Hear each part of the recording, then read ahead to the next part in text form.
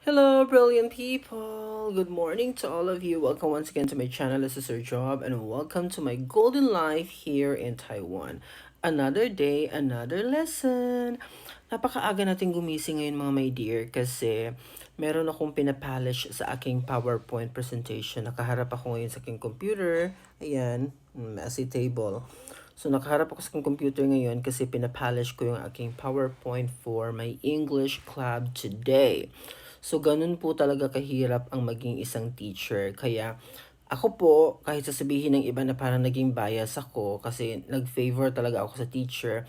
Yes, of course. Kasi, naiintindihan ko talaga yung kalagayan ng isang teacher. Alam ko kung ano yung trabaho nila eh. Kasi yan ang trabaho ko talaga since time immemorial. Nasabi ng isa nating viewer dito, tama ka po, yung mga nagsasabi tanggalan ng lisensya, madali lang sa kanila samantalang mga anak ng iba di maturuan ng tamang asal kung paano rumispeto. Alam niyo po, kung nangyari man talaga, kasi may nabasa ko dito na parang hindi na daw, wala daw penalty yung teacher. Good. Kasi alam niyo po, pag may mga ganitong cases tapos nadidiin yung teacher, mas lalong nagiging aggressive yung kabataan. Mas lalo silang magiging entitled for sure. Kasi nakikita nila na, ay, meron pala talaga tayong say. Meron pala talaga tayong boses, ganyan.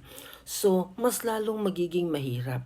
Kaya ko talaga ipinaglalaban ang mga teachers kasi naiintindihan ko talaga yung trabaho ng mga teachers, to be honest with you.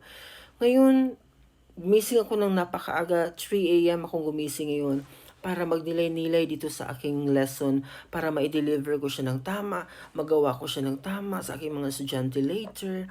Ganun ang trabaho ng mga teachers eh. Hindi lamang ito dito sa Taiwan. I'm sure even in the Philippines, napakarami nating mga passionate teachers. Kaya ang payo ko sa mga parents at saka mga students, matuto tayong rumespeto sa mga teachers. Kasi napakahirap po talaga ng aming profession, sa totoo lang po. Sana maging eye-opener ito sa lahat na mula sa araw na ito, magiging respectful na tayo sa mga teachers na ma-encounter natin sa ating buhay. At lagi po nating isipin na ang mga teachers po ay napakahalaga pong bahagi po ng ating buhay. Okay? Kasi sila po yung magmo-mold sa iyo, magtuturo sa iyo, okay, at maghahanda sa iyo para sa iyong napakagandang kinabukasan.